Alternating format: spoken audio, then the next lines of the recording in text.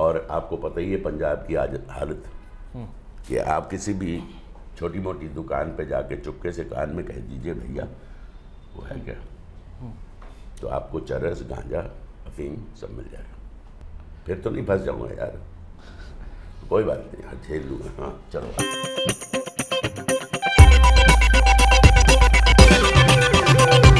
दो चीज़ों पे बड़ी ज़बरदस्त कंट्रोवर्सी हुई है। एक थी रामलीला मैदान में, जिसमें मैंने एक ही सेंटेंस पे तिलमिला गए पार्लियामेंट जी। बाकी हिंदुस्तान तो बड़ा खुश था। मैं अगले दिन एयरपोर्ट गया तो सब कहते हैं आपने हमारी बात कह दी, अच्छा, हमारे दिल की बात कह दी।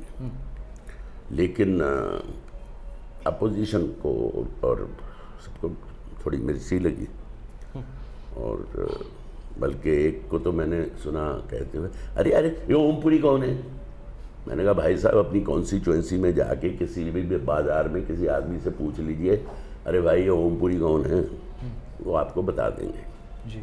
मैं दाद देता हूँ आपकी नॉलेज का कि आप इतने सालों से पॉलिटिक्स में हैं और आपको ज्ञान ही नहीं है कि कौन क्या है हिंदुस्तान में। बहरहाल ये तो रही मेरे ये पद्मश्री वगैरह तो खैर छोड़ दीजिए, आजकल तो वो एम ही है। आगे से अगर बोला करें तो बोला करो OBE, जो कि हाँ क्वीन ऑफ इंग्लैंड देती है। बहुत कम लोगों को मिलता है, ख़ासकर विदेशियों को। वहाँ के लोगों को तो मिलता है लेकिन विदेशियों को बहुत कम मिलता है, और मैं पहला हिंदुस्तानी हूँ जिसको ये मिला है। धन्यवाद सुनने के लिए। अब आइए जी सर, ये अभी आप जो रामलीला वाली मैदान की बात कर रहे थे, सो बेसिकली उसमें एक सेंटेंस मैंने कह दिया था जी, कि इस पार्लियामेंट के आधे लोग जो हैं वो अनपढ़ और गंवार हैं। देखो अनपढ़ तो करेक्ट है अभी भी, गंवार थोड़ा उनको बहुत गंभीर एतराज़ हुआ, लेकिन गंवार शब्द का मतलब गाली नहीं है। गंवार का मतलब है इग्नोरेंट, इग्नोरेंट। अब वो जाने कि वो इग्नोरेंट हैं कि नहीं हैं, उस पर मैं नहीं कमेंट करूँगा। ठीक है। और बाकी मैंने कहा था कि ये लोग इलेक्शंस में तरह तरह के प्रलोभन देते हैं। कोई शराब देता है, कोई कंबल बांटता है, कोई जाके फ़ोटो खिंचा लेता है। अरे बबुआ क्या कह रहे हो, जो है बोल लेके फ़ोटो खिंचवा ली, परिवार कुछ हो गया, हाँ जी वोट दे देंगे। तो ये तरह तरह के जो ट्रिक्स होते हैं ये करते हैं इलेक्शंस में। पंजाब में जाना माना है, पंजाब में तो अफीम तक बंटी है, और आपको पता ही है पंजाब की आज हालत कि आप किसी भी छोटी मोटी दुकान पे जाके चुपके से कान में कह दीजिए भैया वो है क्या, तो आपको चरस, गांजा, अफीम सब मिल जाएगा। फिर तो नहीं फंस जाऊंगा यार, कोई बात नहीं यार, झेल लूँगा। हाँ चलो आगे बढ़ो। तो सर द थिंग इज के भी जैसे आपने रामलीला मैदान का कहा, तो अ लॉट ऑफ पीपल मतलब नाउ मैं दिस विल एक कम चीज़ आपको जी और कह दूँ आपके माध्यम से जी कि मुझसे जो ऐसा, मेरे पास उसका सही शब्द ही नहीं है, मतलब जो मुंह मेरा खुला और उससे जो गंदा सेंटेंस निकला, वो उस जवान पे मैंने कमेंट किया जिसने इस देश की रक्षा के लिए कुर्बानी दी और शहीद हुआ।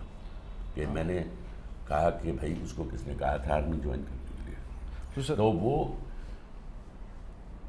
गले से निकल गई, दिल की आवाज़ नहीं थी, यकीन मानो। मैं जस्टिफाई नहीं कर रहा, बता रहा हूँ, उसके बाद फिर मैं आपको बताऊँगा जी। हुआ ये कि अवस्थी जी एक एंकर जो हमारे बड़े बुद्धिमान एंकर हैं, हम लोग आवाज़ें ऊंची कर लेते हैं, तो गर्मा गर्मी थी। उन्होंने एक कोई सवाल किया, उसका मैं जवाब दे रहा हूँ, आधे में उन्होंने काट के ये डाल दिया कि उस जवान के बारे में आप क्या सोचते हैं, ये वो ऐसा। तो ये उस वक़्त ये निकल गया। दोष उनका भी नहीं, दोष मेरा भी नहीं है, नहीं मेरा दोष है।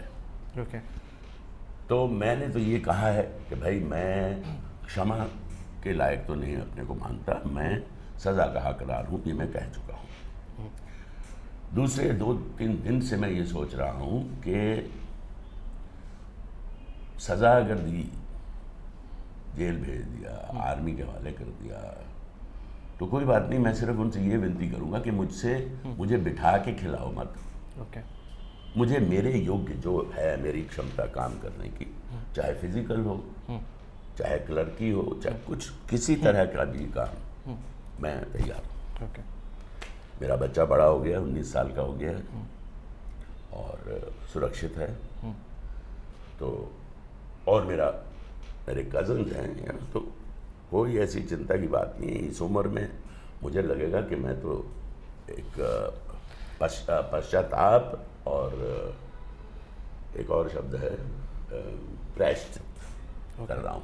ठीक है सर, मैंने कहा कि प्रायश्चित जो है, ये कल ही मेरे मन में विचार आया है कि जब थोड़ा सा परिवार इस दुख से थोड़ा सा संभल जाएगा तो मैं जाके उस परिवार से मिलूंगा, उनसे क्षमा मांगूंगा, पूरे देश से मांग ली है, और उनकी जो मेरी औकात है उनकी माली मदद करूंगा। चाहे क्योंकि गरीब परिवार का था वो बेचारा, तो अगर चाहे उनके बच्चों की पढ़ाई हो, तो ये जिम्मेदारी मैं लूँगा। और मैं सही मानों में उनसे कहूँगा कि भाई मुझे आप परिवार का हिस्सा मानो, और वो बच्चा जो शहीद हुआ है इस देश की रक्षा के लिए, आप मुझे उसका चचा समझो जी। और मैं चचा की जिम्मेदारियां निभाता रहूँगा जब तक मैं जीवित हूँ। Okay sir, coming back to your comments, तो you know there is a certain section of the media, there are certain people who say कि ये I mean एक तो the film comes at a time when you know there is such a lot of unrest in the country because of the terrorist attack. उसके पर आपके comments जो हैं, lot of or rather some people felt that it is more because you wanted you know to do you wanted the publicity for the film. So what are your thoughts on that? What do you have to say about that?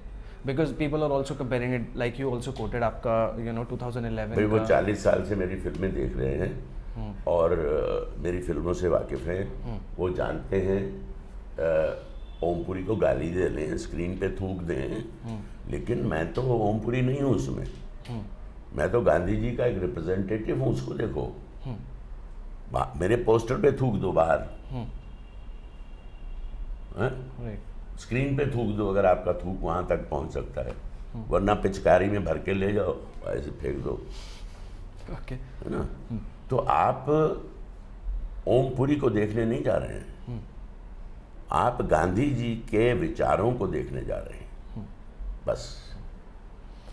Sir, in comments की बात करें, if you talk about it, तो there was also a lot of backlash that you received on social media and the lot of a couple of police cases also that apparently got registered against you, and then there was also backlash from your own industry friends like Paresh Rawal, Anupam Kher.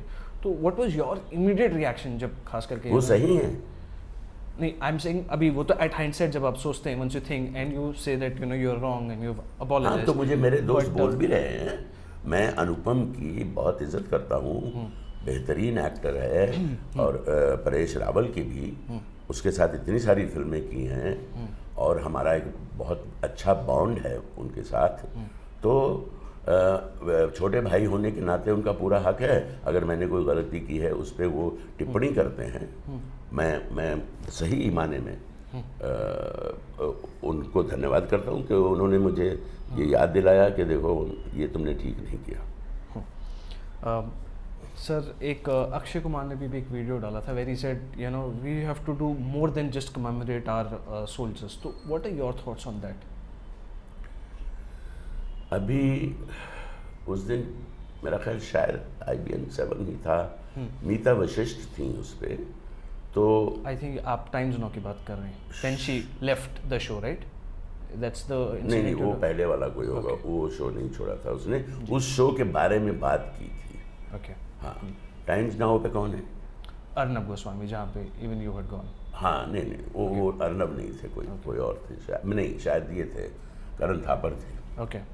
तो उसने army की बहुत सारी चीज़ें कही थी, जो she is also a daughter of a army man, तो कि आर्मी के लिए कितना कुछ हमें करना चाहिए और हम नहीं कर रहे हैं, वादे कर रहे हैं, तो मुझे उसकी पूरी डिटेल्स नहीं पता है, क्योंकि वो इसमें इन्वॉल्व थी। उसी इंटरव्यू से वो निकल गई थी जब वो बात कर रही थी, वो था अर्नब जी का। तो But sir, your thoughts army के लिए देखिए, जब भी वॉर हुई है, लोगों ने बड़ा जोश दिलाया है और बहुत आर्मी की अब कितनी, और मैं सचमुच मुझे डिटेल्स नहीं पता, लेकिन उनको सुरक्षित करने में, उनके बच्चों की पढ़ाई के, चाहे वो छोटा जवान हो, हवलदार हो, अब जाहिर है उसकी तनख्वाह कम होगी, लेकिन एक तो चीज़ अच्छी ये है कि उनको पेंशन मिलती है, हमें नहीं मिलती। ओके। ना, हमको बुढ़ापे का भी ख्याल रखना है और इन्फ्लेशन का भी ख्याल रखना है। मैं सबसे कह रहा हूँ, आज माल है, अगर तुम सरकारी मुलाजिम नहीं हो तो तुम्हें पेंशन भी नहीं मिलेगी। और जो इंटरेस्ट सरकार देती थी पहले आपके फिक्स डिपॉजिट पे, वो 13% था, फिर 12 हुआ, फिर 11 हुआ, फिर 10 हुआ, फिर 8 हुआ, अभी 7 हो गया। तो जाएं कहाँ? बहरहाल ये अलग अलग जगह पे कर लेना इस्तेमाल। तो अभी क्या सवाल था आपका? सर सवाल ये था कि लड़ाई का साइड, अक्षय कुमार ने बोला नहीं, वी शुड हाँ, do more than just commemorate, देखो जवानों को, जब भी हमारे जवानों ने फिल्म इंडस्ट्री के लोगों को बुलाया है, किसी ने मना नहीं किया है। सब जो स्टार्स हैं, हीरोज हैं, हीरोइंस हैं, उन्होंने जाके जवानों को एंटरटेन किया है जी। और मेरे जैसों को नहीं बुलाते, क्योंकि मैं एंटरटेन तो कर नहीं सकता, मैं तो सिर्फ बातचीत ही कर सकता हूँ। तो मुझे भी जब बुलाएंगे मैं बड़ी खुशी से जाऊँगा। और आर्मी में हम गए थे शूटिंग करने द्रास, जहाँ पे कारगिल की जंग हुई थी। मैंने वो पहाड़ी भी देखी, वो कितनी मुश्किल पहाड़ी है कि वहाँ बुशेस भी नहीं थी छुपने के लिए, और वो ऊपर बैठे और हमारे जवानों को ऊपर जाके लड़ना है। तो उन्होंने मुझे बताया कि हम रात के अंधेरे में चुपके छोटी मोटी चट्टानें पकड़ के किसी तरह हथियार लेके जाते थे। एक आध कोई खड्डा दिखा, उसके अंदर छुपा देते थे, सुबह रोशनी आने के पहले नीचे उतर आते थे। तो हमने 2-3 दिन तक तो यही किया कि जाके हथियार छुपाना, फिर हमने ऊपर जाके अटैक किया। सर आपने एक अपॉलॉजी तो के लिए मैं वहाँ पे होटल नहीं था द्रास में, एक छोटा सा होटल था, तो मुझे उन्होंने आर्मी के कैंप में ठहरा दिया। ब्रिगेडियर साहब जो थे, उनके बगल का कमरा उन्होंने मुझे दे दिया। अगले दिन मुझे एक मेजर साहब ने कहा कि भाई शाम को हमारे जवान आपके साथ चाय पीना चाहते हैं। मैंने कहा बिल्कुल, खुशी से। तो उन्होंने बाहर ऐसा लंबा सा एक टेबल लगा दिया, उस पर बिस्किट, बादाम और ये सब चीज़ें रख दी। चाय पी रहे थे, इतने में धमाका हुआ, धम जोर से। मैंने देखा कि उतना ऊंचा मिट्टी उड़ रही है। फिर इमीडिएटली देखा कि एक बुजुर्ग छोटी बच्ची गोद में लिए भाग रहे हैं, क्योंकि वहाँ सब ने अपनी अपनी ट्रेंचेस बना रखी हैं। अच्छा। क्योंकि ये चलता ही रहता है। तो मैंने फिर ऐसे देखा, गायब, कोई नहीं है, सब भाग गए। सिर्फ कैप्टन जो मुझे लाया था, जी चलिए दिवाली है हमारी, आइए। तो मुझे वो ट्रेंच में ले गए। अच्छा। अब मेरी टांगें कांप रही हैं। मैंने कहा ये क्या है? बोलिए अब चलेगा, ये तो रोज हमारा होता रहता है बीच में।